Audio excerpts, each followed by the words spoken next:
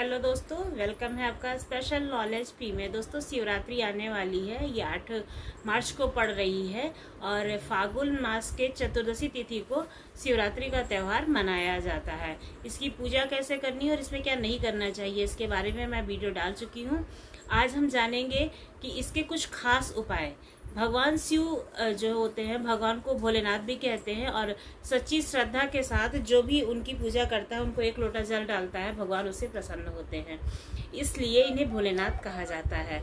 आज हम आपको बताएंगे कि शिवरात्रि के दिन के लिए कुछ खास उपाय, जिसमें से अगर आप एक भी उपाय कर लेते हैं तो भगवान भोलेनाथ आप पर अवश्य प्रसन्न होंगे। पहला उपाय है, महाशिवरात्रि पर रात में किसी शिव मंदिर में दीपक जलाएं। शिव पुराण के अनुसार कुबेर देव ने पूर्व जन्म में रात के समय शिवलिंग के पास रोशनी की थी। इसी वजह से अगले जन्म में वे देवताओं के कोषाध्यक्ष बने। इसी प्रकार से अगर आप भी शिवलिंग के पास रात को जाकर दिया जलाते हैं तो आपको धन की प्राप्ति होगी। और हमारा जो दूसरा उपाय है वो है, महाशिवरात्रि पर छोटा सा पारद शिवलिंग लेकर के आए और घर के मंदिर में से स्थापित करना चाहिए।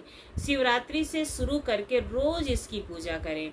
इस उपाय से घर की दरिद्रता दूर होती है और लक्ष्मी की प्राप्ति भी होती है। इस उपाय से आपके घर में सुख समृद्धि और खुशहाली आती है। जहाँ माता लक्ष्मी का निवास होता है उस घर में सुख समृद्धि तो स्वाभाविक है, तो आप ऐसा कर सकते हैं। तीसरा उपाय, यदि आप चाहें तो शिवरात्रि पर स्फटिक के शिवलिंग की पूजा कर सकते हैं। घर के मंदिर में जल, दूध, दही, घी, शहद और शक्कर से इस शिवलिंग को स्नान कराएं। ओम नमः शिवाय मंत्र का जाप कम से कम 108 बार करें। इस उपाय को करने से आपको नौकरी या फिर व्यापार में आ रही परेशानियों से मुक्ति मिलेगी। नंबर 4, हनुमान जी भगवान शिव के ही अवतार माने जाते हैं। उनको रुद्र अवतार माना जाता है।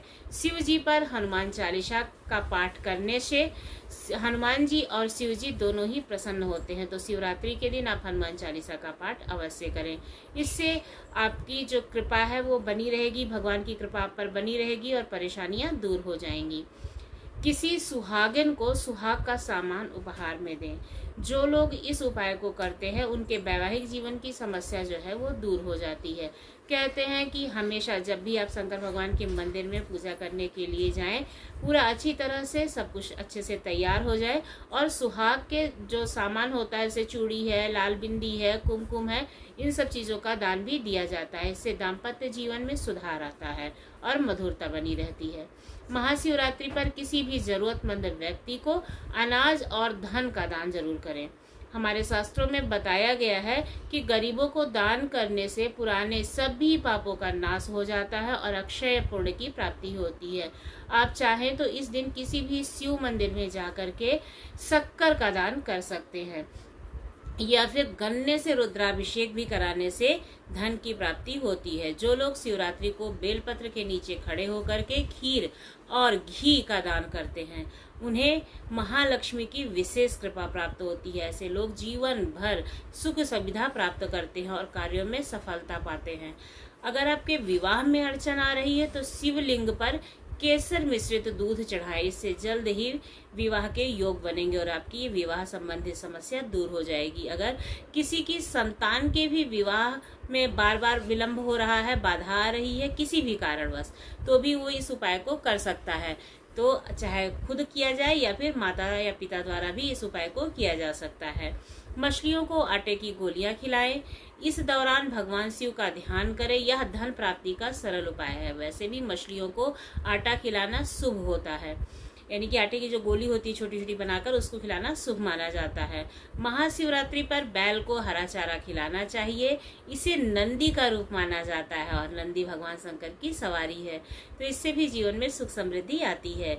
शिवरात्रि पर गरीबों को भोजन कराना चाहिए। इससे घर में अन्न की कमी नहीं होती है। ब्राह्मण को नहीं, जो गरीब हो, जिनको जरूरत है सच में भोजन की, उनको भोजन कराने से आपको पुण्य मिलता है।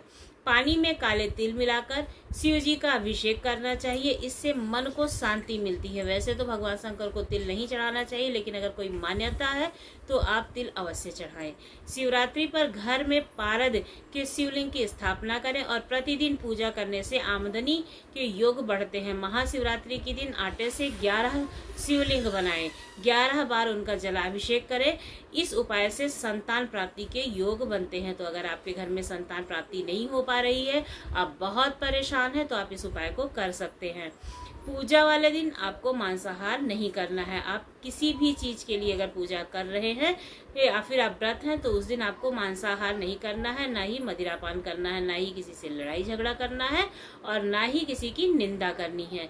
शिवलिंग पर जल चढ़ाते वक्त शिव जी या फिर शिव की मूर्ति या फिर तस्वीर पर कमल, कनेर के फूल अर्पित नहीं करने चाहिए।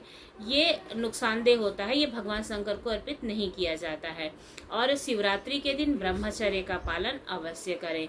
और जब भी आप भगवान शंकर को अच्छा चढ़ा रहे हों या फिर तिल चढ़ा रहे हों, अच्छा तो वो सफ़ेद वाला चावल जो होता है, संपूर्ण चावल, वही चढ़ाना चाहिए।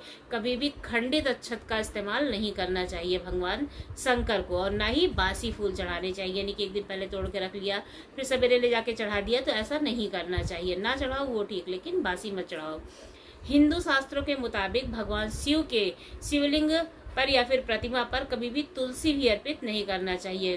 तुलसी जी भगवान विष्णु को अत्यंत प्रिय हैं और उसका शुभ फल भी मिलता है, लेकिन भगवान शंकर को नहीं चढ़ाया जाता है। इसके अतिरिक्त भगवान शिव की पूजा अर्चना के लिए चंपा और केतकी के फूलों का उपयोग भी वर्जित माना जाता है। इसको नहीं चढ़ाया जाता है, इसको भगवान शंकर ने श्राप दिया था। इन कारणों से भगवान शिव की आराधना में इन फूलों का उपयोग नहीं किया जाता है। बहुत लोग देवी देवताओं को अर्पित किया हुआ प्रसाद खा लेते हैं, लेकिन शिव जी को अर्पित किया हुआ प्रसाद कभी भी गलती से ग्रहण नहीं करना चाहिए।